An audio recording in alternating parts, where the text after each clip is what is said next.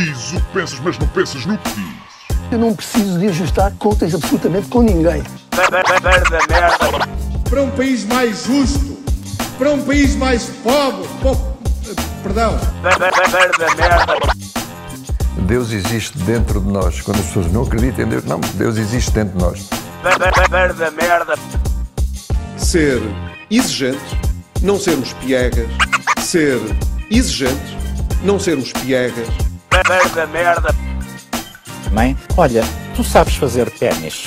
Ela fez 4, mas não sabe fazer ténis. Não sabe fazer ténis. Ai, que informação dramática. Sem Barbas na Língua, um podcast de Guilherme Duarte e Hugo Gonçalves. Olá, sejam muito bem-vindos a mais um episódio Sem Barbas na Língua. Como é que estão todos e como é que estás tu, meu caro colega, companheiro desta vida que é um circo? Não era companheiro, amigo, palhaço deste circo que é a vida? Que é um circo. É isso. Ou companheiro, amigo, puta desta esquina que é a vida? Também acho que havia uma assim, não é? É capaz. E como estás então? Estou bem.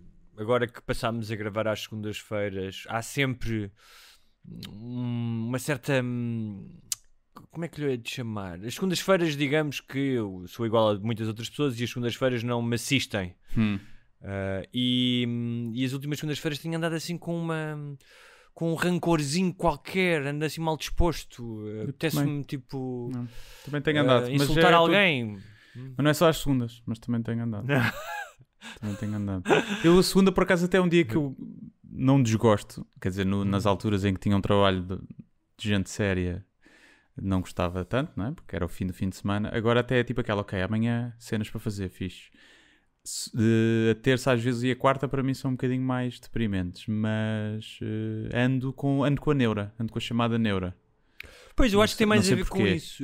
Eu concordo contigo porque tanto eu como tu, as segundas-feiras, eu acho que não são as segundas-feiras típicas de regressar a um escritório, quer dizer, hoje em dia não são para quase ninguém. Sim. Mas eu acho que tu não ficas imune à sensação de segunda-feira, ou seja, há uma sensação psicológica do tempo. E a verdade é que no fim de semana, eu às vezes até trabalho um bocadinho no fim de semana, mas a verdade é que são 2 dias e que estás em repouso ou não tens a cabeça tão focada no dever, e eu acho que enfrentares esse dever, mesmo que não tenhas nada obrigatório nesse dia, há sempre a sensação de dever. Eu acho que há um conflito, não é? Há aquela lembras-te quando tinhas que fazer os trabalhos de casa no domingo e tipo já eram 7 da noite e pensavas, pá, ainda não fiz os trabalhos de casa para amanhã. E pensava sempre, que burro, porque é que eu não fiz logo na sexta? E agora tinha tipo, tudo livre, podia fazer o que me apetecesse. Ficava sempre com essa sensação de devia ter feito antes. Na altura ainda não sabíamos o que é que queria dizer a palavra procrastinar, possivelmente. Ainda não, é? Ainda sim, talvez não. Mas sim, há sempre esse sentimento. É como aquele domingo, às vezes há aqueles sábados que parecem domingos e uma pessoa nem aproveita bem, não é? Porque tipo, parece que é domingo, depois eu penso, pera, não, amanhã é que é domingo. Se bem que agora lá está, é tudo um bocadinho igual, não é? Os fins de semana já não são bem fim de semana. É verdade. Serão para muita gente, mas para mim é tipo, todos os dias são todos uma mescla cinzenta, nada é nada. Nada é segunda, nada é fim de semana, nada é sexta. Nada é nada. Uma pessoa não é uma pessoa. Nada é nada. Cá está filósofo. Uma amálgama. Indistinguível. O Guido, que é para os amigos, que é o Guilherme Duarte, vocês não sabem, mas chamam-lhe Guido, que é um filósofo, cada vez mais filósofo com esta barba. Tu és uma mistura de um Confúcio, por causa dos teus olhos achinizados, com um Platão, por exemplo, não é? Tipo, se o Platão e o Confúcio tivessem um filho, chamava-se Guido, que és tu. Era isso. Sinto que era isso. E por falar em barba comprida, tenho sentido uma coisa, não sei se tu sentes, não está tão grande e parece-me que tens algum cuidado aí a parar mais, mas às vezes acontece-me lamber. O teu lábio desapareceu. O meu lábio desapareceu, sim. E por isso mesmo, como está ali por cima do lábio, às vezes ainda não estou habituado e então às vezes lembo aqui o bigode e sabe-me ao almoço ou ao jantar. Também é verdade. Ou também se calhar podes ver isso como uma espécie de um detector de clitóris. Tipo, se fores uma pessoa com pouca aptidão para encontrar o clitóris, o bigode pode ajudar, é uma espécie de sensor, não é? Que tipo varre tudo, é tipo a pesca de arrastão, estás a ver? Pois, está lá, bate lá tudo. sempre qualquer coisa, não é? Bate lá sempre qualquer coisa. Não é? Sim, nunca percebi esses homens. Imagina, se o clitóris mudasse de sítio, imagina, um dia está aqui, outro dia está ali.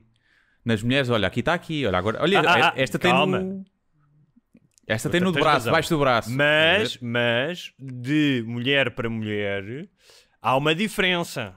Ou Sim, seja, tamanho, pode ter o capuz mais proeminente ou não, mas exatamente. está lá no mesmo sítio. É verdade, é verdade. Às vezes demora mais a encontrar ou menos, mas não é? Se estás às escuras, podes olhar ou não podes, já naquela, olha, tipo, vamos acender as luzes, não é? Sim, deixa-me ir buscar o kit. Por exemplo, imagina, uma das desvantagens dos invisuais, também conhecidos como cegos, é...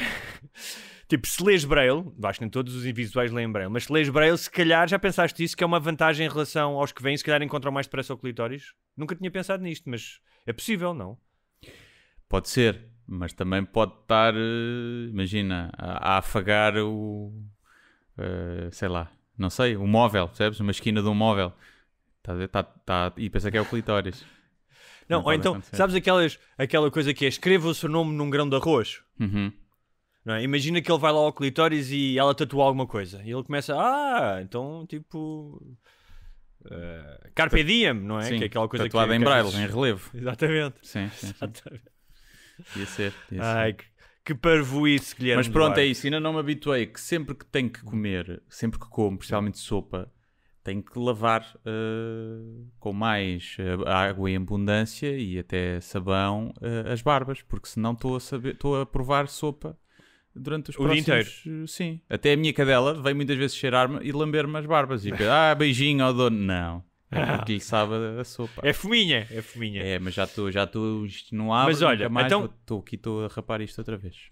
Eu queria te perguntar que tu não és o único dos meus amigos que está a deixar crescer a barba. Eu no outro dia tive um Zoom de trabalho, mas com pessoas próximas, todos estão com grandes barbões. E é óbvio que o facto de estares em casa, não é? Ok, não fazes a barba, é diferente, mas eu acho que há aqui também um lado de simbolismo. Porque, por exemplo, um dos meus amigos dizia, agora só faço a barba quando a minha filha for para a escola. Eu acho que não é exclusivamente uma questão de ausência de vaidade, é uma questão quase de ritual, imagina, como se estivesse a fazer uma recruta ou como se estivesse a cumprir uma promessa. E a barba, eu já falei aqui disso, a barba tem esse, tal como as mulheres às vezes cortam o cabelo, tipo, acabou uma relação, estou muito mal, vou cortar o cabelo, não é? Tipo, para mudar alguma coisa em mim. Sim. Os homens têm isso com a barba. E eu acho que é uma coisa ancestral, porque a barba representa também uma modificação, representa um peso. Imagina, estás num confinamento, uma coisa mais pesada, estás aqui a aguentar e tal, e depois, se calhar no final, uma nova fase, tiras a barba, desfazes a barba, como diziam algumas pessoas. E isso começou comigo numa cadeira, que foi uma das cadeiras que eu deixei para o último na faculdade, que era a cadeira de economia, uma cadeira daqueles cadeirões que deixas para o último. E eu lembro que foi a primeira vez que eu deixei mesmo a barba, tipo barba, até fazer o exame, e depois quando passei no exame é que fiz a barba. E a partir daí, sempre tive esta relação com a barba, de simbolizar alguma coisa. Não sei se já tiveste isso também. Não tenho muito. Acho que aqui é mais a cena de... Primeiro, como tenho menos compromissos e não se anda propriamente na rua e não sei o quê, posso andar mais desgrenhado. E estou-me um bocado a borrifar, não é? E então deixa eu ver até onde é que isto vai. É mais esse desafio. Deixa eu ver até onde é que consigo deixar isto crescer para depois me fartar e a cortar. Mas talvez tenha esse simbolismo de... Bem, vou estar aqui mesmo com ar sabujo para quando isto abrir e voltarmos um bocadinho a desconfinarmos um bocadinho, eu próprio me sentir também melhor, porque quando eu fizer a barba e o cabelo, renovado, vou-me sentir não é? mais novo, vou-me sentir mais bonito. E tens recebido notas criativas da parte da tua namorada sobre a tua barba, ou ela está-se a cagar para ti? Está-se a cagar para mim, basicamente é isso, sim. Não, só dizer, já está mesmo comprido e tal, e não sei o quê. Não... É óbvio para toda a gente não há que... não há subtexto nisso. Não, nem precisa haver. É óbvio que eu sei que não fico tão bem assim. Nem eu gosto de me ver assim tão bem, mas é o que é. Olha, mas deixa-me só dar-te uma dica que é, tu podes sempre que eu faço, passar a gilete aqui junto do lábio e tirar o excesso. Eu passo a máquina, sim, eu dou-lhe assim. Mas não, mas passa a gilete. Se fazes uma gilete aqui, cortas o excesso e revelas o lábio. Ok. Vou experimentar. Ou então vou deixar crescer e tapar mesmo os lábios, os dois lábios. Tipo o Arthur Jorge, o treinador de futebol, não é? E se eu fumasse ainda, era bom porque ficava aquele amarelo esverdeado aqui, não é? Do fumo. Fica aquele cortinado que toda a gente tem um tio, ou alguém, ou um pai que tem esse bigode meio amarelado nas pontas por fumar. Mas, olha, quando nós decidimos com uma contribuição externa intitular este podcast, exatamente há 165 podcasts, este é o 165º de barbas, sem barbas na língua. Não imaginaríamos que um dia falaríamos durante largos minutos sobre barbas e sopa na barba e barba no clitóris, não é? É verdade, é verdade. Mas é o que é. Mas apesar de termos previsto logo muito inicialmente que a pandemia, não é? Previsto ou desejado, não é? Era matá-los, não é? De cada vez que tu vocifraste era matá-los, no fundo estavas a invocar. Não, e eu disse que fazia falta uma pandemia. Calma. E se nós acertamos na pandemia, mais ano menos ano, vem o asteroide. Também, isso não é? É uma coisa certinha. Portanto, sim. Agora gostava que houvesse aqui, não fosse já a seguir. Deixem isto desconfinar um bocadinho e curtir um bocadinho e depois pronto, venha o asteroide. Um gajo ir à praia, comer um marisco, não é? Beber uma cerveja. Olha, por falar nisso, sabes que nós já aqui falámos várias vezes de sonhos, já combinámos anotar sonhos para um dia fazer um programa só de sonhos, e pela primeira vez desde a pandemia eu tive um sonho que já foi comum a outras pessoas. Tive um sonho que estava numa discoteca e que estava cheio de sede e que estava naquela situação... sabes quando estás numa discoteca cheia e que pensas, ok, são pelo menos 15 minutos até chegar ao barman, não é? Portanto, 10 minutos a chegar até ele, mais 5 minutos daquela fase em que ele finge que não me está a ver. Sim, porque há três gajas boas à minha frente. Exato, sim. E era assim um espaço, mas era um espaço meio aberto, era tipo uma discoteca de verão. Eu estava cheio de sede e quando me serviram uma Cuba Livre, rum com cola, que é uma coisa que eu gosto com lima, e foi a melhor Cuba Livre que eu bebi na minha vida. Foi no sonho. Sim. Foi tipo, bi aquilo e era tipo, isto é inacreditável. E a seguir, não sei como, tinha um cigarro de enrolar na mão e estava a fumar. Sim. E aquela combinação, tipo, verão, a discoteca ao ar livre, Cuba Livre, e disse, cigarro. Estás sem som. Espera aí. Estás-me a ouvir agora? Sim. Ok, foi uma chamada que entrou, esta merda, pronto. Sim. Já declinei a chamada. Então, onde é que eu ia? Peço desculpa pela interrupção. Aquela combinação, sim, está gravado do teu lado, mas repete para eu ouvir. Peço desculpa. Aquela combinação perfeita, a bebida certa, com o cigarro no momento certo, discoteca ao ar livre. E o que é curioso é que, conscientemente, eu não tenho tido esses desejos. Obviamente que inconscientemente devo estar a ter. Ou seja, eles devem representar a liberdade. Ó Zai! Calou, pá! Não se está a ouvir nada aqui da Zaya, coitadinho. Mas aqui ele está... Eu pensava que estava naquela fase de lamber o pito. Não, está a refilar com um barulho qualquer que está a ouvir. Sim, mas inconscientemente traz esses Ou seja, inconscientemente devia ter esses desejos. Sim. Mas foi tipo... Não estás a ver? A bebida era a bebida perfeita. Tinha a combinação exata de Coca-Cola e rum e gelo e coisa. E depois, a segunda parte do sonho era eu saía cá para fora, já naquele fim de noite que já é dia, estás a ver? Já estás o pessoal já com a camisa toda amarrotada. E entramos, e estou com 2 amigos meus, por acaso falei com eles há pouco tempo, mas são 2 amigos da adolescência. E entramos para o carro de um deles, que era o carro que ele tinha, quando nós tínhamos aí 20 e tal anos, que é um carro, aliás, que tem uma história engraçada, porque um dia... O gajo esqueceu-se lá de um saco de lixo e foi de férias, e quando voltou, não foi despejar o lixo. Aquilo teve 15 dias no verão a fermentar lá dentro. Então nós andávamos, o gajo tinha para aí 10 daqueles pinheirinhos verdes, estás a ver? Sim. E nós andávamos com a cabeça fora da janela. Sim. E nós entramos nesse carro, eu ia atrás e eu dizia-lhe: Pedro, tu estás todo bêbado, tu não podes ir a conduzir, tipo, tu tens 4 filhos, o gajo tem 4 filhos, não é? Porque, ou seja, o gajo, nós parecíamos adolescentes, mas eu sabia que ele tinha 40 e tal anos. Sim. Depois eu dizia assim, foda-se, o gajo não pode estar bêbado. O gajo não tem 4 filhos e não está bêbado aqui. O gajo não bebeu, de certeza. Portanto, podemos ir embora à vontade, não é? Isto foi o meu sonho. Portanto, basicamente o quê? Que no fundo, apesar de não reconhecer, deve andar com vontade de laurear a pedido, não é? Sim, eu ando a desesperar. Andas? Sinto boa falta de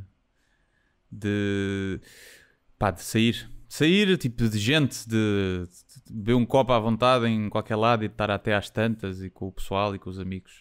Sinto muita falta Eu disso. já ficava à vontade se fosse até às 10 da noite. Se me deixasse ir até às 10 da noite, já ficava feliz. Mas isso já se teve. Isso teve-se há pouco tempo, não é? Mas sem restrições, estás a ver? Podia ser até às 10 da noite, mas sem restrições. Tipo, de não estares a ter que suster a respiração sempre que passas por alguém na rua ou no bar, estás a ver? Ou de mesas afastadas e as outras pessoas estão lá ao fundo. Sim. E ando com... Aquela coisa de poderes beber do copo da outra pessoa, dá cá essa cerveja para mim, Sim. passa cá esse cigarro. Esse tipo de cenas fazem-me falta, até porque depois isso está também muito ligado não só à minha socialização com amigos, mas também está muito ligado ao meu trabalho, não? O ir atuar e fazer um espetáculo e a seguir vamos todos beber um copo e descontrair e não sei o quê. Portanto, afeta-me, isso acaba-me a afetar não só a minha vida pessoal como profissional, porque depois o trabalho também não é tão fixe.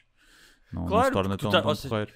Eu estava a pensar nisso também no outro dia, que é, ok, pá, eu tenho livros, tenho séries, tenho histórias acumuladas para criar. No entanto, os estímulos exteriores, muitas vezes, mesmo que não os utilizes diretamente, ouves uma história que alguém conta, diz, epá, olha, eu vi esta cena, nem sabes, aconteceu isto a esta pessoa hoje no comboio. E às vezes tu não utilizas aquilo diretamente, mas aquilo vai-te buscar alguma coisa que tu te lembras e juntas as duas histórias, não é? E a verdade é que nós temos tido muito menos estímulos exteriores, não é? Eu tenho visto, não é? Eu falo muito menos vezes com os meus amigos, não tem comparação. Sim. Sim. Podes falar. Sim, então em termos criativos de ter histórias, não é? Que histórias é que um gajo tem novas? Então este ano, o que é que se aconteceu? Nada. Não há histórias novas, não é? Ou são relacionadas com a pandemia, que são comuns a toda a gente, ou não há nada, não é? Foi um ano...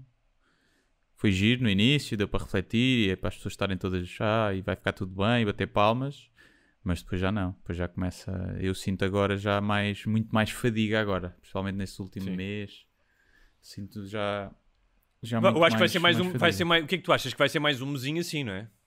Sim. Até à Páscoa. Diria que sim.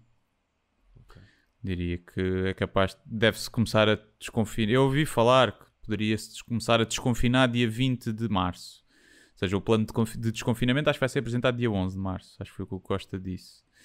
E indica que talvez dia 20 de março possa começar algumas coisas a abrir. Mas a Páscoa deve estar tudo fechado para não se cometer o mesmo erro do Natal. Claro. Pelo menos a transição entre concelhos e não sei o quê. Acredito que os restaurantes possam começar a abrir no início de abril. Os teatros, se calhar, também meados, finais de abril. Mas ainda tudo como estava, né? Ainda tudo assim muito meio gás. Sim. Começar a abrir mais do que este... estava, tipo, se calhar talvez junho, julho, as coisas, acho que poderemos ter um verão mais relaxado do que o ano passado, acho eu, não sei, vamos ver. Depende do ritmo da vacinação. Agora, o que eu notei foi neste fim de semana, que foi só um fim de semana quase primaveril, não é? As temperaturas subiram, eu fui correr no sábado, já estava calor, tipo, fui correr às 4 da tarde e senti calor mesmo. Sim, calção e t-shirt, também fui correr, calção e t-shirt, tranquilo. Mas eu no inverno também corro de calção e t-shirt. Mariquice é essa? Não gosto. Que o menino vai com licras, daí com aqueles colanzinhos. Não, mas vou de calça de treino. Porque eu também não corro. Imagina, não vou a correr, depois paro para fazer umas elevações, isto e aquilo, depois está ali com o suor frio nas costas. Tem friozinho nas perninhas, tem não é? Tem friozinho nas suas perninhas. Olha, mas... e então, de manhã também ia dar um passeio a pé com a minha namorada. E estávamos a passar por sítios onde tínhamos vida social, tipo onde havia esplanadas antigamente, onde havia jardins. E foi uma cena, ou seja, completamente dúbia, porque ao mesmo tempo que estávamos a curtir, estávamos na rua, ao menos estávamos na rua e estávamos a apanhar sol e era fixe, aquilo trouxe à memória o que nos faltava, porque se estás em casa e está a chover é um bocado diferente, não é? E que estávamos os dois a pensar, foda-se, Rabi, tu já viste... Tipo, estávamos os dois a pensar, qual é que foi a última vez que fomos jantar a um restaurante? Tipo, estávamos a pensar, já nem nos lembrávamos quando é que isso tinha acontecido, estás a ver? Qual é que foi a última vez que estivemos numa festa com amigos?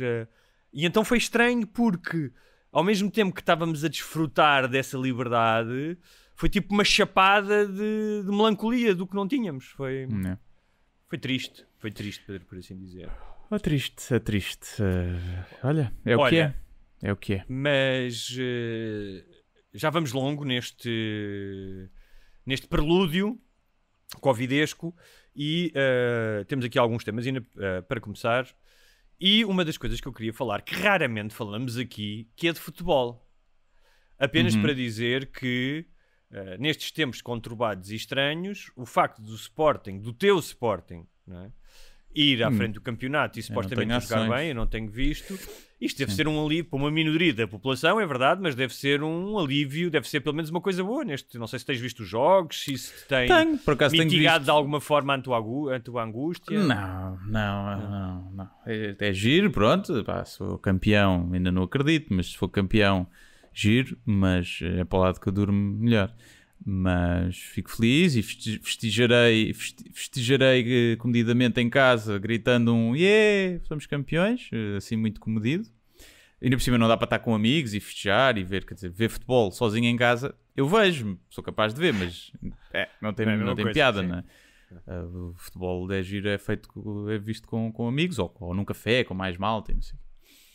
Mas sim. Mas eu, por acaso, engraçado falares nisso, porque eu tive uma conversa, uma discussão, e também pus no Twitter, porque eu tinha falado com 2 amigos meus que são do Sporting também, que são bué fanáticos, e depois também estendi essa conversa, essa pergunta ao auditório do Twitter. E a pergunta era se eles preferiam que a pandemia acabasse já, hoje, acabou, voltamos ao normal, mas o clube deles nunca mais seria campeão na vida.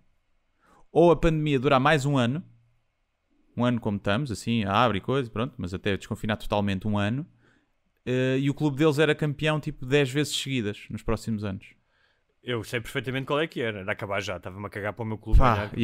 Tipo, é que para mim nem sequer há deixa cá pensar, E então, o que é que tu dirias nessa tua Aliás, eu até disse, e depois eu até expandi isso mais, e foi o clube extinguir-se. Ok? A pandemia acaba agora, mas extingue-se o teu clube. Acabou o Sporting, ou acabou o Benfica, ou acabou o Porto. E eu mesmo assim, era já. Onde é que está o botão? Eu carrego já nesse botão. Claro caguei. Que sim. Arranjava outro clube, começava a ver o campeonato espanhol, uma merda qualquer. Tipo... Sim, e aqueles doentes, que não têm o de nome, desses meus amigos, e os cerca de 2.000 e tal pessoas que responderam sim no Twitter, ou responderam a essa hipótese. Qual é que achas que foi a porcentagem então? Fica 50-50. Ficou 50-50, vai, sim. Ok, mas primeiro estava a outra... Essa dos doentes estava tipo nos 60 ou 70. Claro, também são os primeiros a responder, não é? Sim, e muita gente é meio no gozo. Sim. Uma grande porcentagem que é meio no gozo, outras que é mas eu continuo, que é mais de responder ali. Já tivemos essa conversa aqui, mas continua, é um bocado como a religião.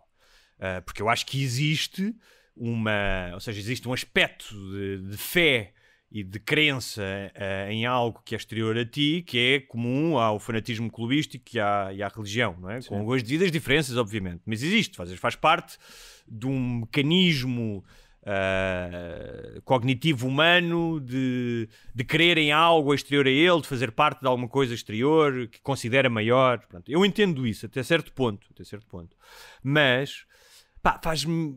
repare, e há outra coisa que é, eu não sou daqueles gajos que não gosta de futebol, porque há esses gajos, não é? Futebol não, eu gosto de futebol. Tipo, eu cresci, eu quando era puta, adolescente, então mamava os jogos todos. Eu estivesse em casa, tipo, numa sexta, estava a dar o Passos de Ferreira Guimarães, eu via o Passos de Ferreira Guimarães. E jogava todos os dias, claro. E jogava, e gosto.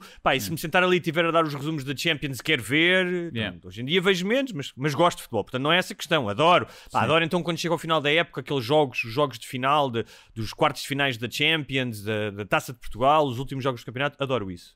Com tudo o que está, como tu disseste, com amigos, com cerveja, tudo isso. No entanto, hoje, especialmente porque sou adulto, uma coisa é quando era mais puto, eu consigo fazer uma distinção que é, se eu estiver a ver um jogo, sou capaz de dizer, não é penalti e não sei o quê. Passado 2 minutos, vejo a repetição e digo, olha, foi penalti contra a minha equipa, vou reconhecer isso, não me vou chatear. A equipa perde, não estou mais do que 5 minutos a pensar naquilo. Ou seja, consigo-me desligar desse fenómeno. Aquilo é lúdico, é como ver um filme ou uma série. Fica ali. Porquê? Porque eu acho que aquilo é profundamente exterior a mim, São gajos que estão... Ou seja, é alguma coisa em cujo resultado eu tenho zero participação. Zero. Até posso estar a gritar em casa ou no estádio ainda posso ajudar, mas em casa zero. E portanto tenho zero influência naquilo. Não vou aos treinos, não os treino, não jogo, portanto é exterior a mim.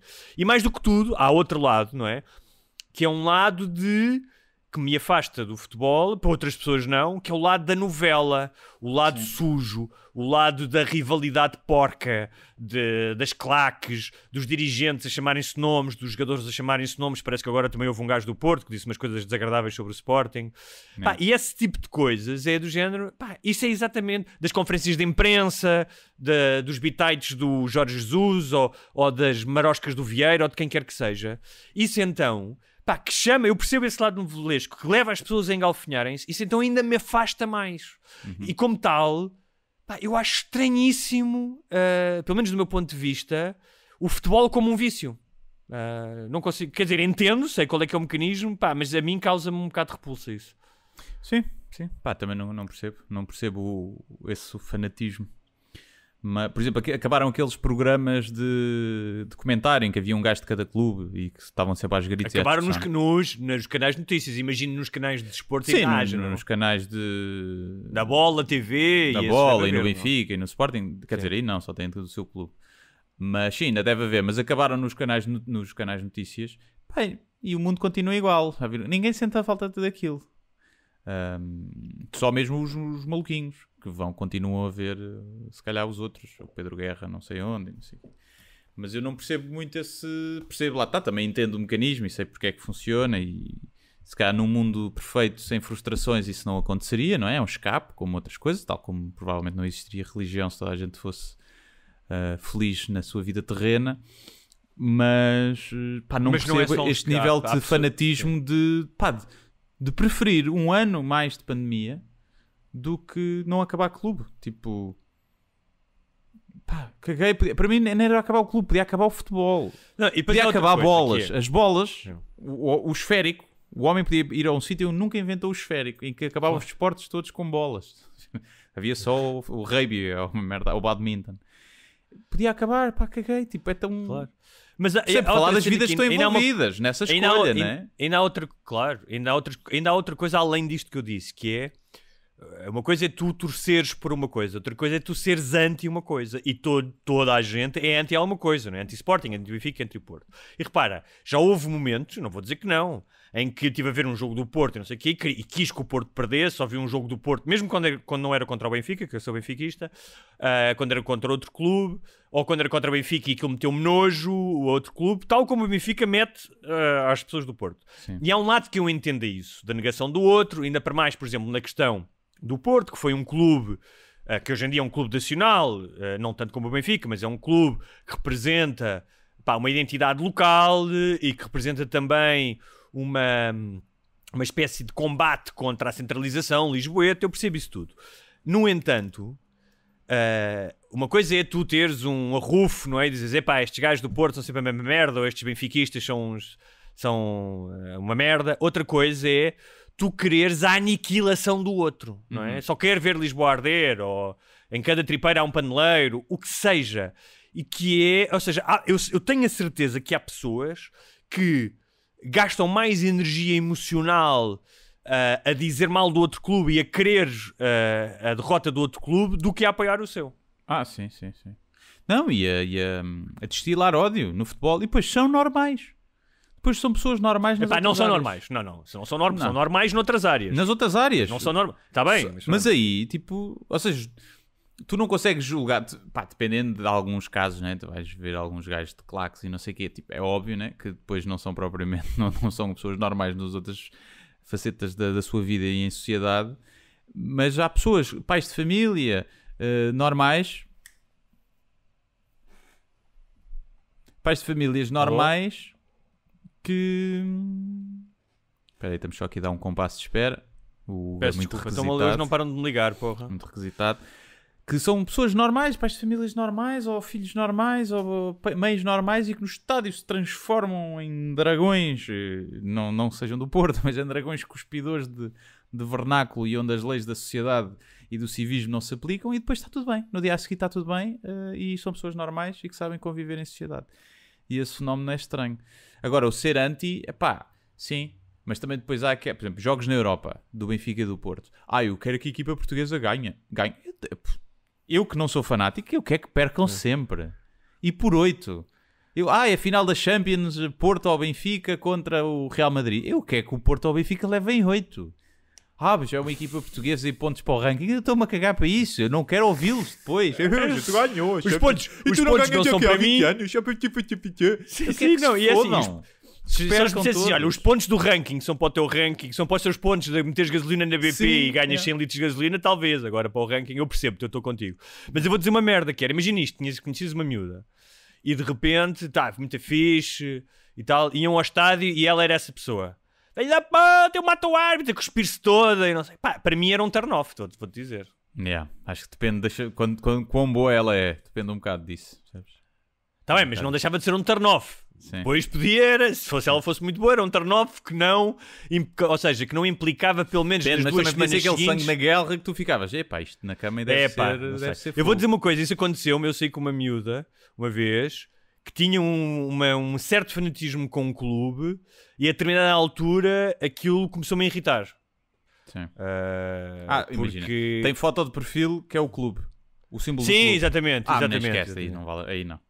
Prefiro se gritar no estádio e chamar nomes e não sei o quê, até certo ponto, não é? Ainda consigo perdoar. Exatamente. Agora, se tiver foto de perfil com o clube, não vai dar. À partida não vai dar.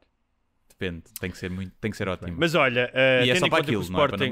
não é para namorar. Tendo em conta que o Sporting acabar de ser campeão, espero que não, espero que perca 8-0, como tu disseste, com todos os jogos até ao final. Sim. Mas se não for, olha, parabéns, não é? Parabéns a eles, a mim não. Parabéns a eles, sim. Olha, na semana passada... uma lufada de ar fresco, tipo o discurso do Ruben Amorim, que é um discurso... Está bem, quando se está em primeiro é sempre mais fácil ter um discurso mais cívico.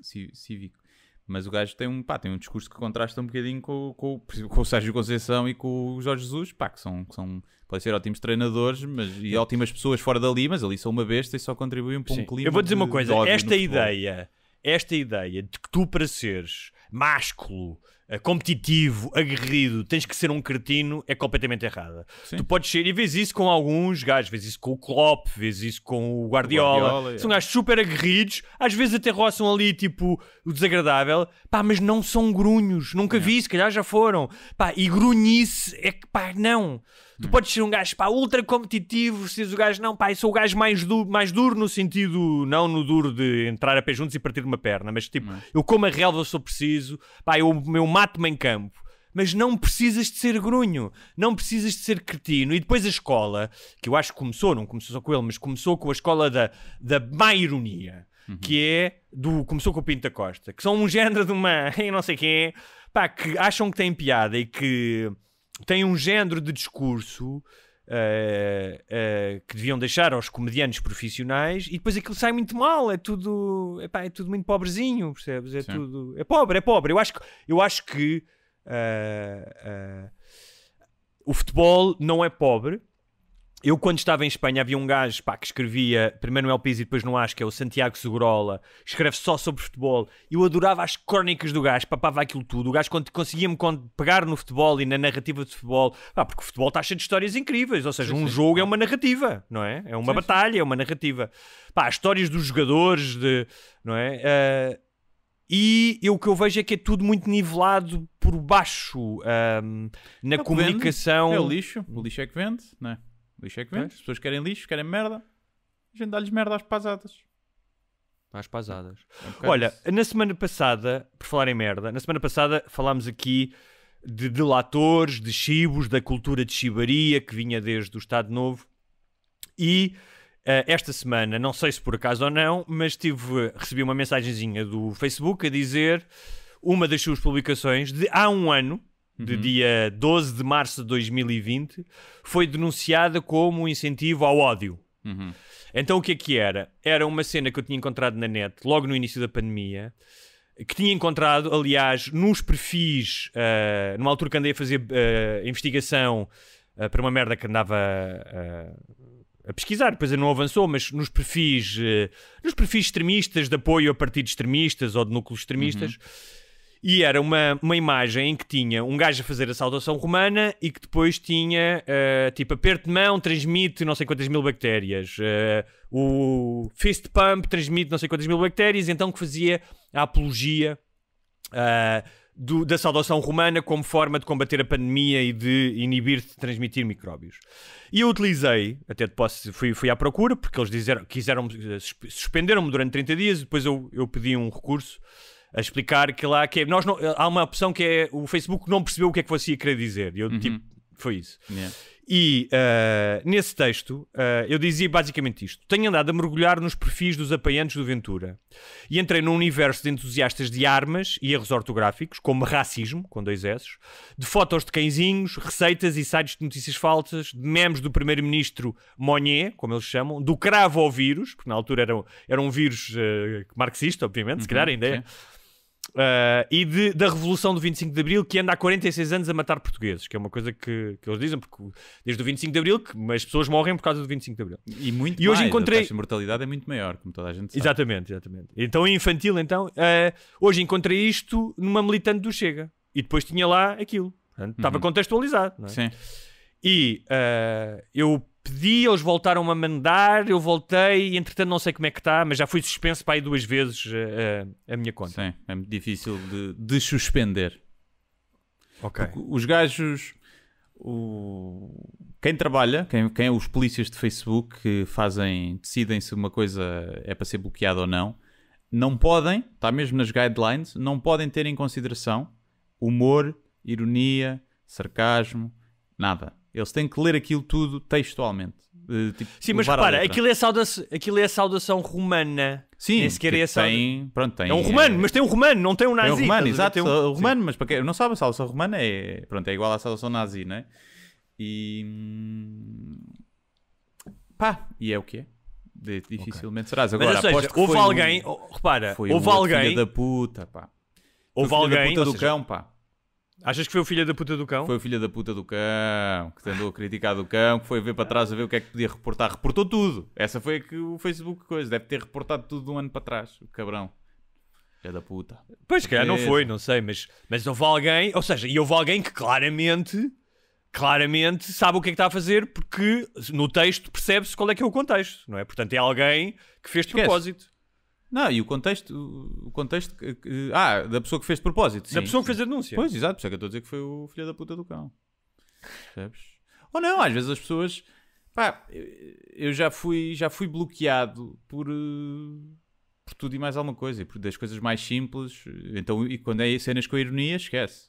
Eu fiz uma vez uma cena que era a carta de um homem de família ao provedor da RTP por causa das testemunhas, ou seja, aquilo era a gozar com tudo o que era a homofobia e o machismo, e fui bloqueado porque levaram aquilo à letra, quer dizer, ou seja, o gajo pensa, os burros dos homofóbicos, certo, mas depois há os burros que não percebem a ironia contra a homofobia, percebes? Que ainda são mais burros que os outros, pronto, são grunhos. Os outros acham-se intelectualmente tão superiores e depois não percebem uma merda tão simples como a ironia.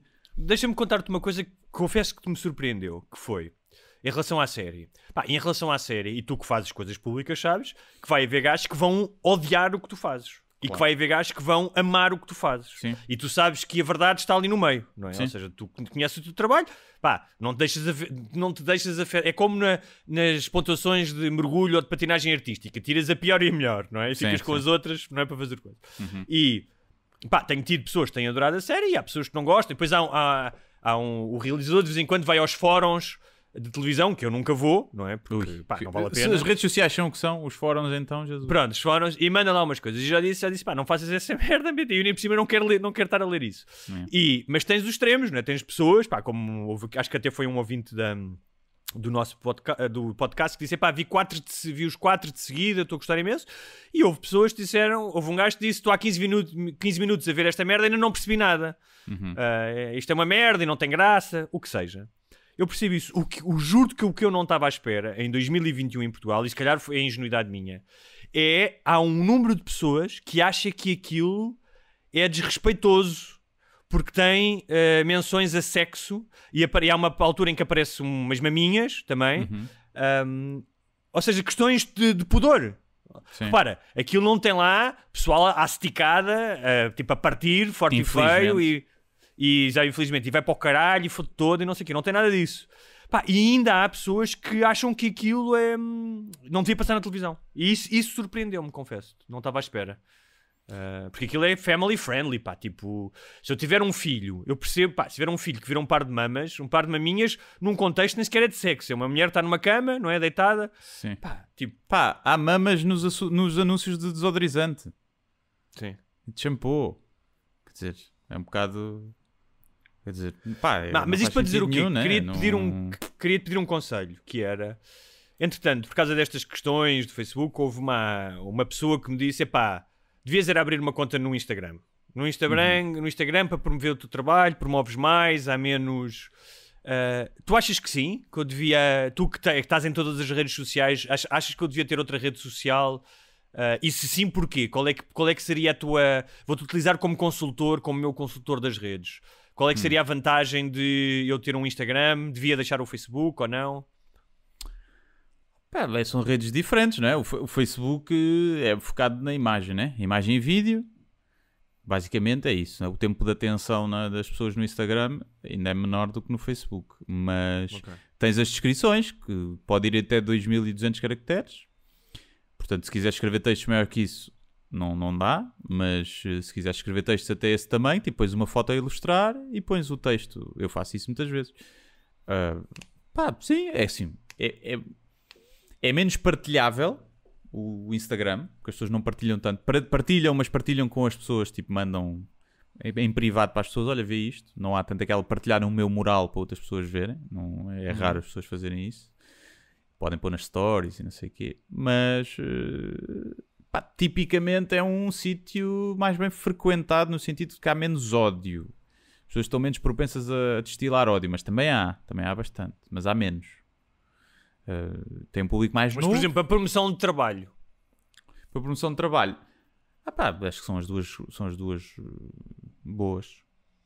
São as duas boas, depende de como as utilizares, mas são as duas boas. Mas, por exemplo, tu tens, já te aconteceu partilhares o mesmo post em ambas as redes e normalmente qual é que tem mais audiência? Eu costumo, normalmente partilho, quer dizer, não sei que sejam coisas curtas, mas se forem coisas grandes tento te adaptar e partilho, mas depende muito. Eu tenho o triplo de seguidores no Facebook que tenho no Instagram, mas às vezes o Instagram tem um engagement maior do que o Facebook, nos dias de hoje, até porque o Facebook tem um algoritmo de merda, né? Eu tenho lá 350 mil pessoas, mas se eu não pagar, né, aquilo só chega a 30 ou 40 mil no máximo. E no Instagram chega a 40 ou 50 mil também. Deixei 1000 que tenho lá. Mas depende. Há coisas que batem mais no Instagram. Tipo, são coisas que é mais rápidas. Tipo, mais fast food. Se forem textos maiores, que bate mais no Facebook. É mais partilhável.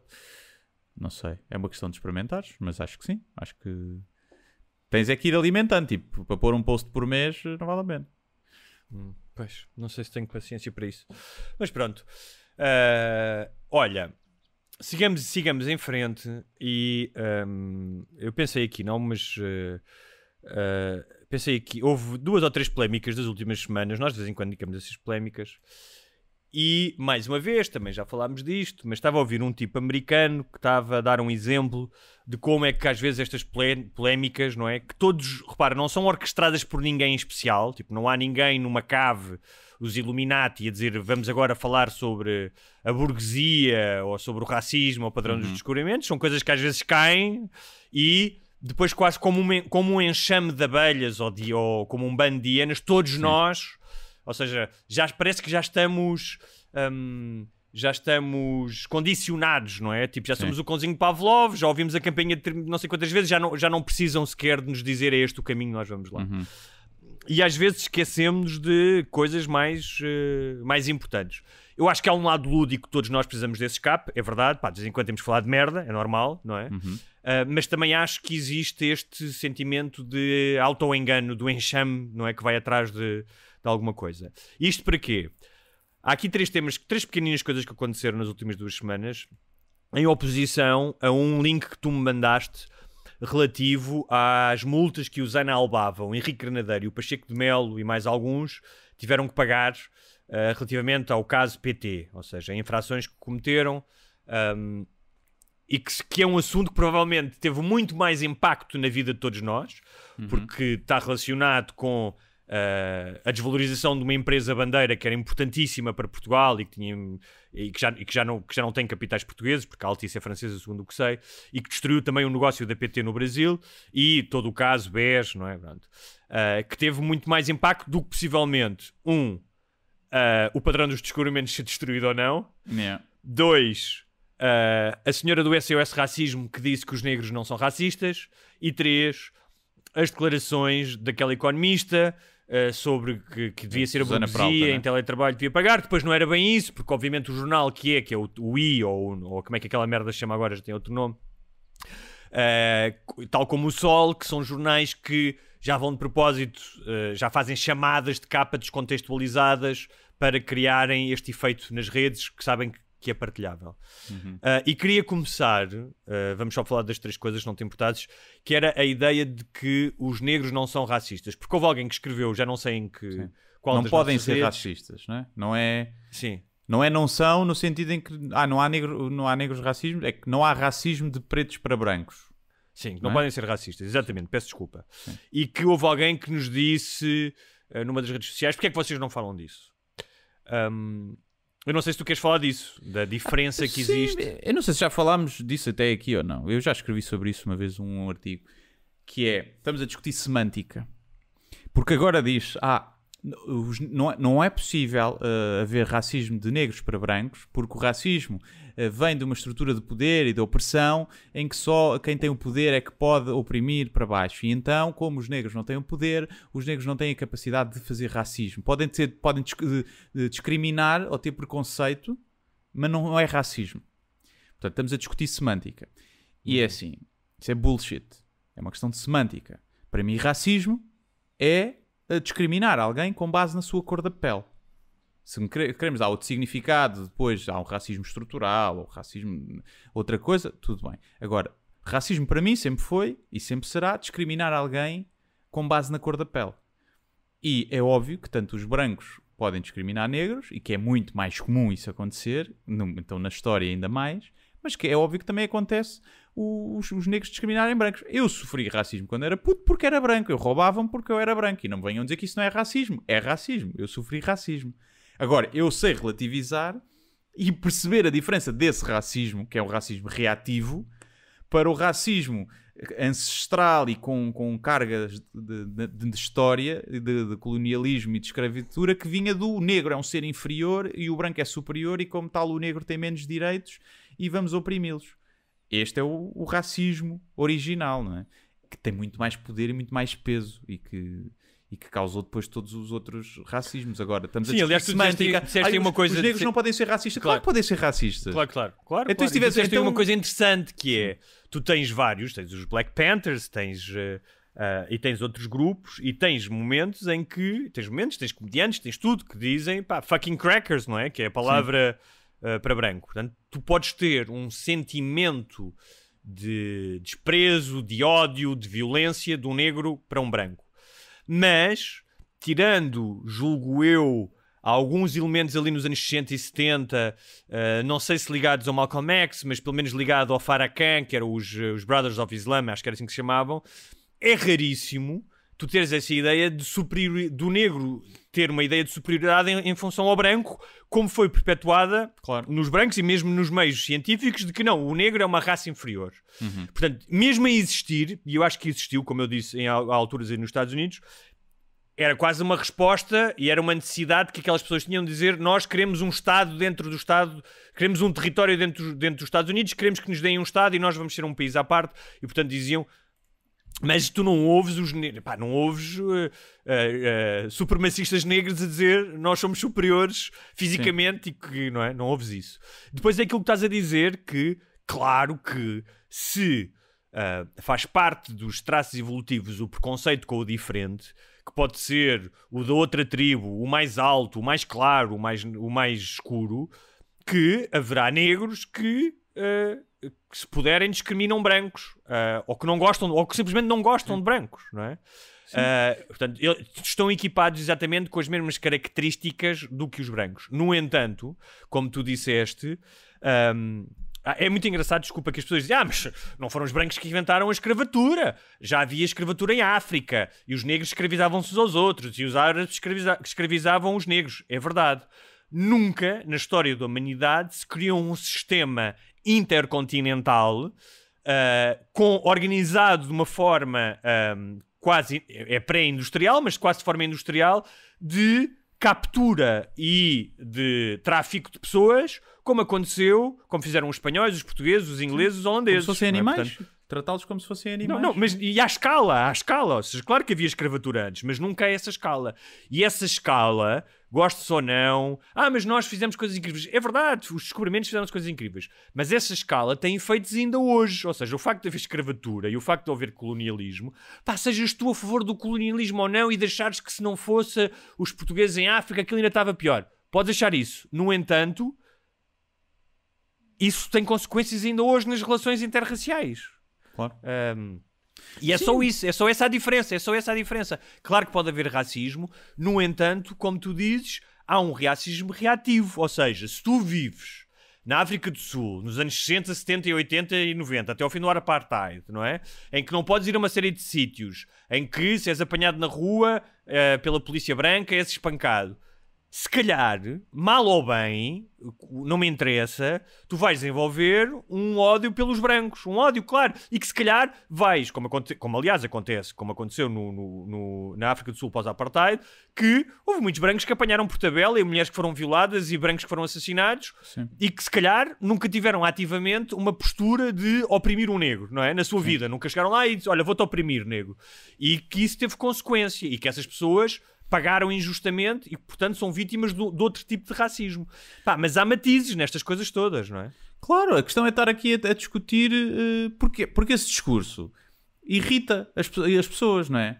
Irrita as pessoas e diz agora, quer dizer, agora não podem, coitadinho, porque depois nem sequer. Muita gente tem capacidade para perceber o que é que a pessoa está a querer dizer, que é, espera, não há racismo, mas há discriminação e há ódio racial de negros para brancos. Não lhe vamos dar o nome racismo, porque o racismo tem a ver com equilíbrios de poder.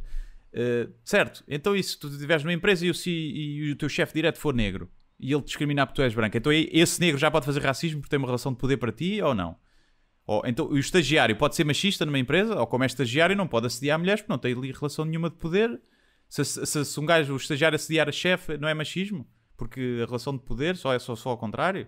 Então, depois entramos aqui numa... Quer dizer, claro. vais ver um crime racial ou de discriminação, de ódio de qualquer coisa, e tens que ir ver a estrutura de poder que havia aqui, o equilíbrio, que é para percebermos se isto foi homofobia. Não foi homofobia. Não foi porque... Então... Não sei se foste tu que disseste isso, haver um escansão da discriminação. Um gajo chega lá, olha, isto aqui tem aqui uns taninos de homofobia, mas tem aqui também prolongadamente um racismo, e eu diria mesmo racismo em relação ao homem negro, não ao homem indiano, não é? Se calhar tens que ter um escansão da discriminação, não é? Um gajo que vai... Lá, yeah. Um sommelier que faz o pairing de... Bom, com este crime vai muito bem o racismo, não é? O racismo liga bem. É uma parvoíce. Eu poria também aqui talvez uma violação. Sim, um bocadinho misoginia aqui, se calhar tem ali, apurou em cascas de carvalho de misoginia durante 3 anos. E é uma estupidez agora também vir-se com isso porque parece que é desculpabilizar o outro lado, quando o outro lado é quase estar a ser condescendente com o outro lado, é quase tipo, isso é quase... Não, os negros não sequer conseguem ser racistas, quer dizer, isto para mim quase que é racismo, este discurso. É um bocadinho condescendente, quer dizer, não, são capazes. O negro é capaz de tudo o que o branco é capaz, não é? Isto é igualdade. Então tem que ser capaz de praticar o racismo, porque senão estamos a ser condescendentes e considerá-lo inferior.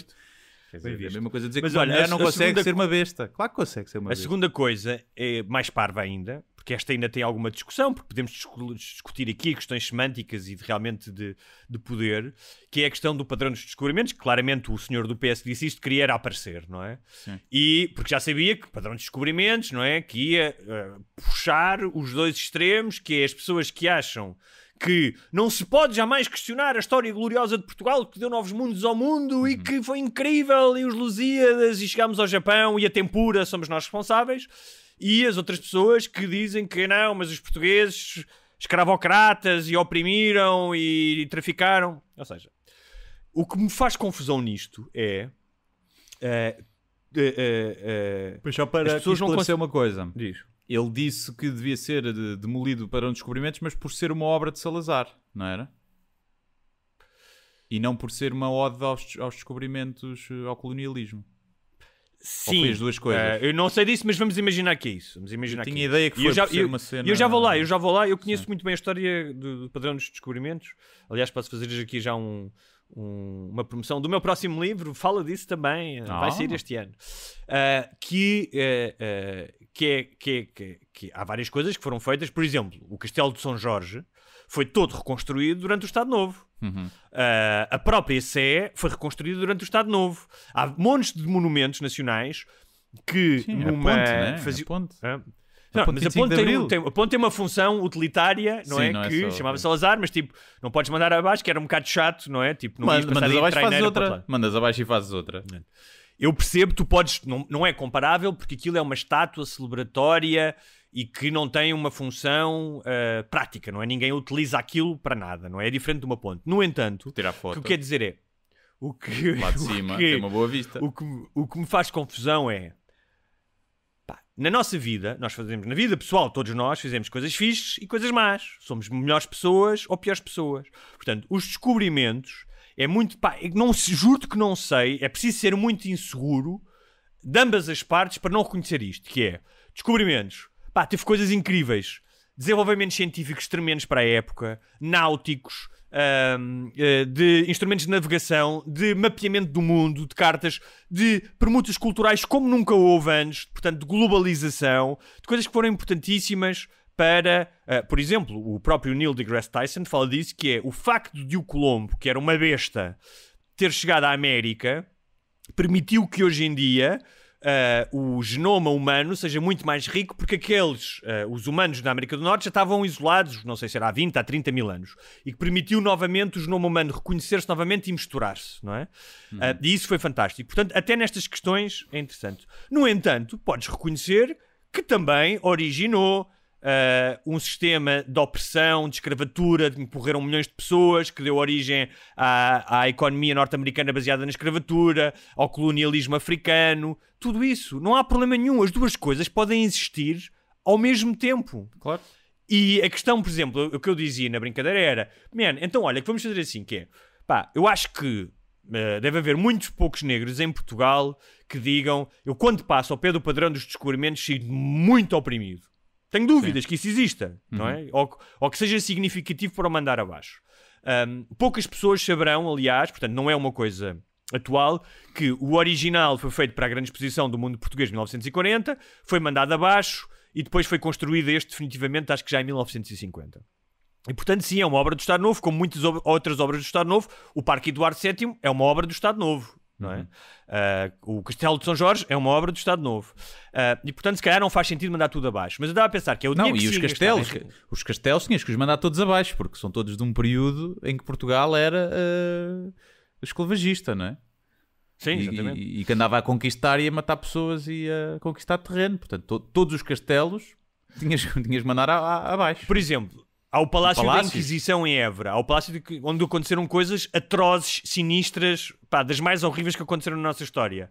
Hoje em dia é um museu, tem exposição de arte moderna e não só. Pronto, fazia sentido mandar aquilo abaixo porque foi a questão da exposição? Se calhar não é? Se calhar é pior tu teres a ex-sede da PIDE como um condomínio de luxo, em vez de se calhar de um museu à opressão do Estado Novo. Sim. Mas pronto, isto para dizer o quê? Que faz-me confusão. Eu dizia que é, então olha, que tal, em vez de gastarmos dinheiro em retroescavadoras e em demolir aquilo, se utiliza aquele dinheiro para criar um centro de estudos da escravatura, sobre a escravatura, e que possam desenvolver estudos mais profundos sobre o que aconteceu e depois de divulgação junto das nossas crianças e dizer, olha, nós fizemos isto, mas também houve consequências danosas sobre a nossa expansão. Era tão fácil. Tipo, porque é que não podem, as duas coisas não podem existir? Eu nem vou por aí.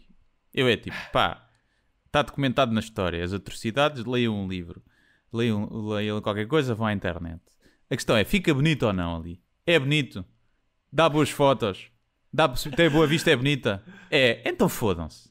É só, já passou, continua grave, devemos falar de que as consequências continuam presentes e devemos falar nisso. Mas mandar aquilo abaixo não vai resolver nada. Não, e mais uma coisa é assim, é o que eu estava a dizer, que é, tudo tem um contexto, é como o humor, que já falámos aqui milhares de vezes. É completamente diferente. Um negro norte-americano ver uma bandeira sulista do exército rebelde hasteada na capital de um estado do sul, com tudo o que representa das leis do Jim Crow, em 1921 houve um massacre em Tulsa, o Ku Klux Klan continua a utilizar essa bandeira nos seus comícios, de um padrão dos descobrimentos em Portugal. Não é a mesma coisa, ou seja, foi o que eu disse, eu duvido que haja negros, se calhar existem, mas que cheguem ali e digam, eu sinto-me oprimido com esta merda deste padrão dos descobrimentos. Há um contexto. Vai passear para o Rio, mais para o Parque das Nações. Estás a ver? Foda-se, não vais a Belém. É um bocado isso. Eu espero que não exista ninguém que tenha esse sentimento que passe lá. Que aquilo cause esse sofrimento a alguém de se lembrar os meus antepassados. Acredito que possa acontecer. Não digo, duvido, porque lá está. Se aquilo te causasse esse sentimento, não vais para ali passear, vais para outro sítio. Mas mesmo acredito que isso possa causar, acho que isso não é razão para se mandar aquilo abaixo, porque não resolve nada, estás a ver? Porque então vais encontrar outras coisas. E depois é a velha história que é tipo, isto provocou este mal e só queres reconhecer o mal que isto causou, os descobrimentos causaram. Então, meu amigo, vais ter que ir viver para o meio do mato ou para onde quiseres, porque o mundo seria totalmente diferente sem os descobrimentos agora. Provavelmente, claro. Não havia globalização. Havia montes de coisas que tu não poderias usufruir. Tanto os países que foram descobertos, entre aspas, né? Porque eles já existiam, ninguém descobriu nada, que foram colonizados, como nós cá, o país colonizador, se nunca tivesse havido essa globalização. Mas imagina isto. E portanto tu tinhas que abdicar de tudo. Não, e tu podes ir mais longe, que é a mesma coisa que tu dizes. O homem branco só fez coisas más. Se foi, então se calhar não podes ter telemóvel. Não podes, porque sei o homem branco. Não. Todas as coisas que tu tens em casa, tecnologia, não tinhas nada. Ainda podias ter no futuro, mas ainda não tinhas. Por exemplo, viagens espaciais ou mesmo viagens aéreas. A tecnologia foi altamente desenvolvida durante guerras, não é? Portanto, especialmente a tecnologia de foguetões foi utilizada primeiramente para enviar bombas, não é? Especialmente a Alemanha nazi estava bastante à frente nesse desenvolvimento. No entanto, tu não deixas, ou seja, imagino eu que um estudante de física aeronáutica não vá deixar de estudar como é que se faz ou seja, os gajos que estão a trabalhar na SpaceX, porque, isto foi quem começou isto foram os nazis. Sim. Não é? Como tal. Ou seja, podes estudar... Nem como mel, porque as abelhas, coitadas. Depois a seguir precisas de um medicamento que foi testado em animais ou da vacina que foi testada em animais, a ver se não a tomas. Claro que tomas. Então queres rejeita tudo. Se queres ser radical, quando se é muito radical, cai-se na incoerência sempre. Mas só para esclarecer uma coisa há bocado, quando eu estava a dizer tens que ir viver para o meio da selva, eu não estava, obviamente, a fazer um paralelismo de que os países africanos, se a gente não tivesse lá chegado, estavam todos a viver dentro da selva. Acho que tens que ir viver para a selva, tens que ir viver off the grid, porque toda a industrialização que aconteceu foi também muito por causa dos descobrimentos e não podias usufruir delas. É só para o caso de termos disto ter sido partilhado com algum burro. Os nossos ouvintes não são burros, mas pode ter sido partilhado com algum burro. E tu consideras-te um burguês do teletrabalho ou não? Eu tenho muita dificuldade em saber o que é um burguês, não é? Eu posso dizer, um burguês é alguém que por tradição histórica e análise académica, é alguém que detém ativos ou os meios, especialmente os meios de produção. Não é o caso nem meu, quer dizer, nós temos os únicos meios que temos de produção é este microfone e o computador, não é? Mas não temos os meios de produção. Eu lembro-me. Nem temos ativos. Tu tens alguma coisa em teu nome? Alguma coisa em meu nome. Tenho a casa dos meus pais. Está em meu nome. Que era para o empréstimo ser a mais anos. Tens proprietário. És proprietário. Portanto, já mas és uma casa na buraca. Burguês, pelo menos. Não sei se...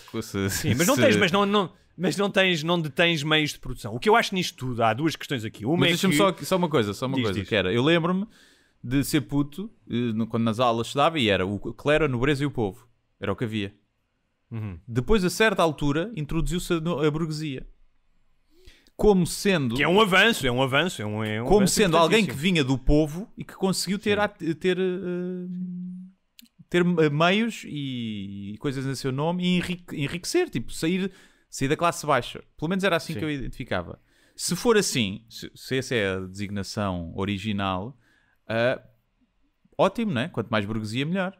Significa que são pessoas que conseguiram sair da classe baixa e subir. A burguesia ganha, é muito curioso. Ganha outro significado, exato. Mais uma vez, os extremos tocam-se, ou seja, a burguesia é mal vista pelo marxismo no sentido em que são os donos do grande capital, especialmente durante a Revolução Industrial, não é? Os donos das fábricas, os donos das terras também, dos latifúndios, mas também das cadeias de distribuição, das companhias de navegação e que, portanto, e a construção de monopólios, mas é engraçado porque depois da parte de uma certa direita, não é? Isto do lado da esquerda, de uma certa direita, também há uma vilificação da burguesia como a esquerda caviar, a burguesia urbana. Os novos ricos, não é? Que está em casa, ou a intelectualidade, não é? Portanto, é engraçado que os extremos, mais uma vez, se tocam. E o que eu queria dizer é que nós realmente percebemos que somos um país pobre, na carteira e no espírito, quando, para ser burguês, basta teres Wi-Fi e emprego.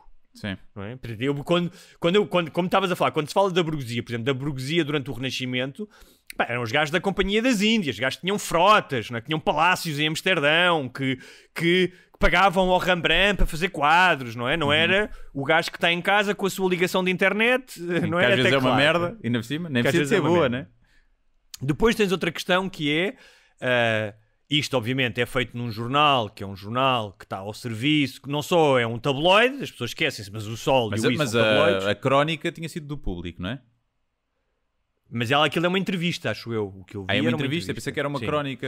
E na entrevista ela diz uma coisa, aquilo depois é chamado de capa, e depois as pessoas, obviamente, hoje em dia, não é que se cai no goto como dizia alguém, já acenderam os archodes. Parece que o contexto, o que ela diz, não é completamente absurdo. Pode ser contestado, mas não é completamente absurdo. O que ela terá dito é: se há pessoas a quem os rendimentos não foram afetados da mesma maneira que outros, não é? Como os donos de restaurantes, por exemplo, ou outras áreas, se calhar essas pessoas devem ser mais tributadas. Tu depois podes estar de acordo com isso ou não. Sim. Podes estar de acordo com isso ou não. Eu tenho sérias dúvidas, porque já ouvi coisas como, por exemplo, num programa destes de debate, alguém dizia, porque alguém que ganha mais, por exemplo, do que eu e tu, e muita gente dizia, pois porque o nosso único problema, eu não me importo ser mais tributado, o nosso único problema é que a Netflix está mais lenta.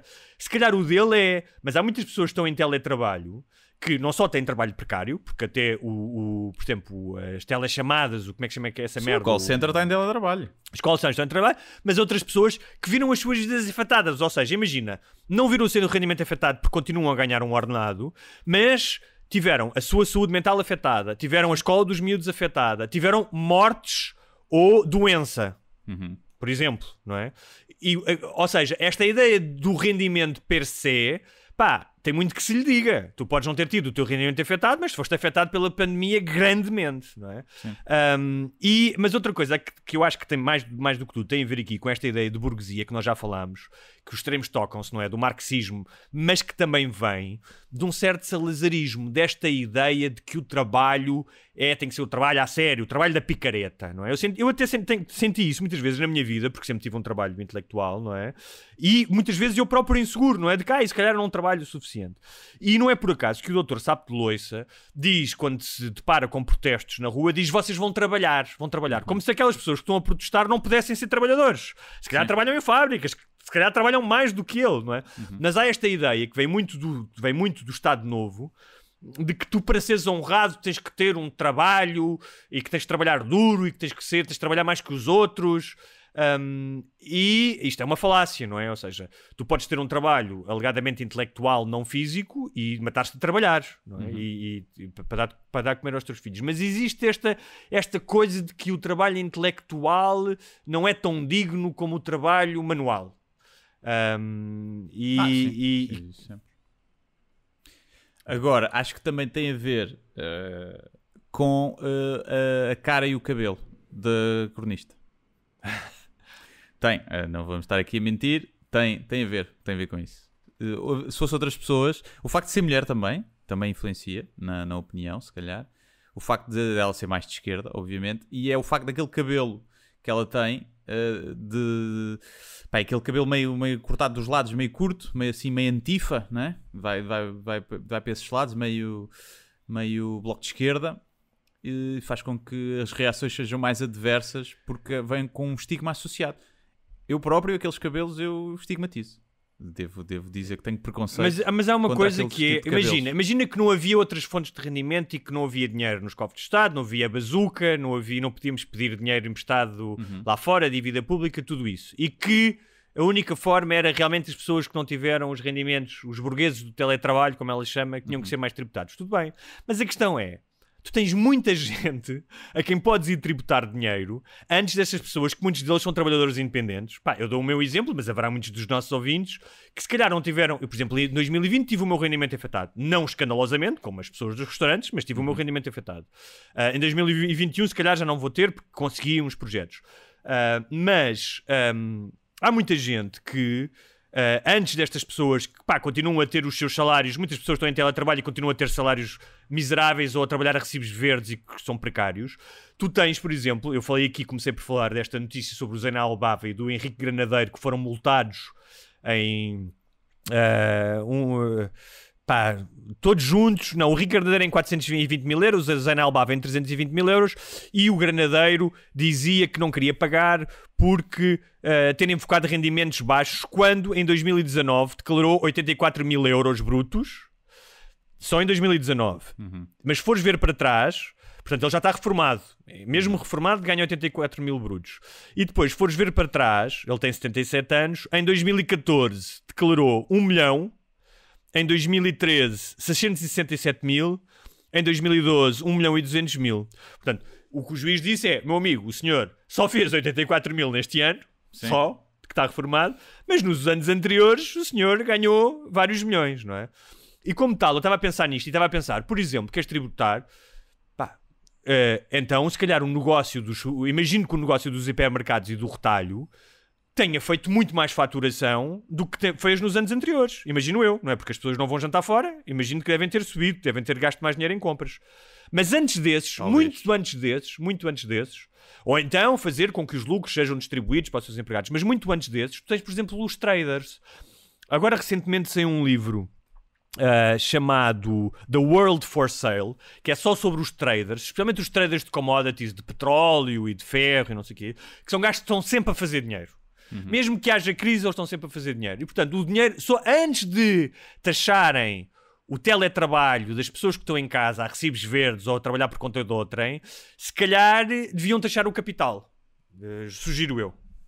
Fica aqui uma sugestão de Diogo. Os economistas agora que agarram nisto, faz favor. E vejam-se cola. É isso, eu não tenho solução. Tens alguma coisa a dizer antes só de fecharmos, por causa que tu mandaste aquela coisa do Zena Albava, deles terem sido multados? Não, eu mandei isso porque tinha sido um ex-colega meu que é patrono também do podcast e que me mandou como referência à cena que tu tinhas contado do Zena Albava. E, eu acho sempre curioso estes crimes económicos que são punidos com pagas uma multa. Que é um bocado tipo, quando foi o Salgado preso, pronto, aqui 3 milhões de caução para sair em liberdade, toma lá 3 milhões. Então quer dizer, tu estás a acusar um gajo de roubar dinheiro e estás a aceitar o dinheiro dele roubado para pagar a caução para ele ficar em liberdade. Quando sabes que ele tem aquele dinheiro porque sabes que estás a acusá-lo de o ter roubado. Então, acho uma piada, acho giro, não é? É que depois é preciso fazer contas no fim para ver se compensa ou não. Mas o problema é o rendimento de inserção social. É isso, e os ciganos. Muito bem. Pronto,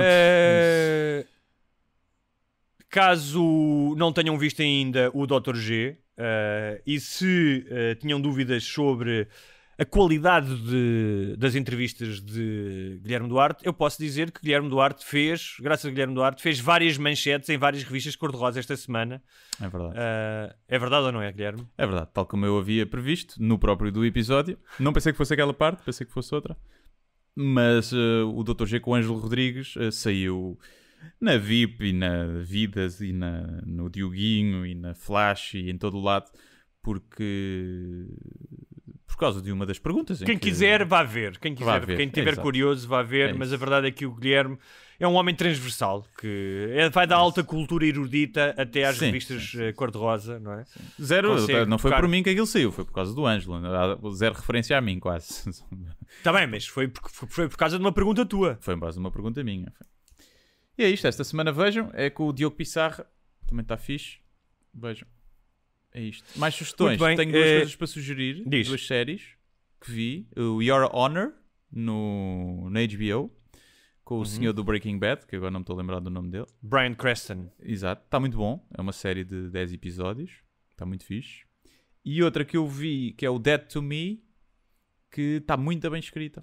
Acho que é na Netflix. É uma série, uma drama-comédia. Tipo, mistério, policial, drama-comédia. Está muito bem escrito. Os diálogos são muito bons e os personagens são duas mulheres. Os É personagens inglês ou principais. americana? É americano. Então, Death to Me, é isso? Dead to Me. Dead to Me. Ah, Dead to Me, Dead morto to para Me, mim. Morto para mim. Está muito bom, está muito a giro, com muita piada aos diálogos e depois a cena, tipo, a parte policial e mistério também está fixe. Portanto, é isso. Eu sugiro. Comecei a ver o Billions. Para quem gostou do Succession, eu acho que o Succession é melhor, mas o Billions é interessante. É sobre a alta finança. Às vezes torna-se um bocadinho complicado de seguir aquela coisa da alta finança, mas tem momentos e diálogos muito fixes. É com o Paul Giamatti e com o gajo que era o principal do Homeland nas primeiras temporadas, que eu não me lembro do nome agora, do gajo, que é um ator britânico. Flynans. Hã? O Zé Flynans. O John Sivans. Isso. E também o Até que a Vida nos Pare, que vai para o 5º episódio e que é um episódio muito curioso. Não é spoiler porque vocês vão perceber logo no início, porque se passa todo em 1990.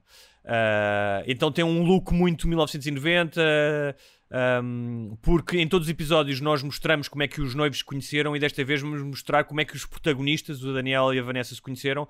Então é um episódio um bocadinho arriscado, porque não aparecem praticamente os atores, aparecem muito poucos os atores que estão habituados, mas eu acho que valeu a pena o risco, especialmente acho que nunca se fez assim uma cena na ficção portuguesa, e agir porque, especialmente para quem cresceu nos anos 90 ou tem memórias dos anos 90, é um regresso a esse universo. Que na quarta-feira, às 9 da noite, na RTP1, quem não puder ver, veja no RTP Play. É isso. Ou puxa para trás na box. Ou puxa para trás na box. E é Até isto. para a semana. Até para a semana. E sejam patronos. Seus forretas. É verdade. Vão sem barbas patreon.com/sem barbas na língua e façam-se patronos. Vá, que a gente em breve vai fazer um zoom, um live com todos os patronos. É verdade, vamos lá. fazer um live com todos os patronos. Toca a em chegar breve aos 1000 será patronos, no faz meio de favor. março, antes do fim da pandemia. É isso. Do fim da pandemia, Então vá. certamente, antes do fim do desconfinamento, né? Da pandemia, Exatamente. só lá para 2026. Até para a semana.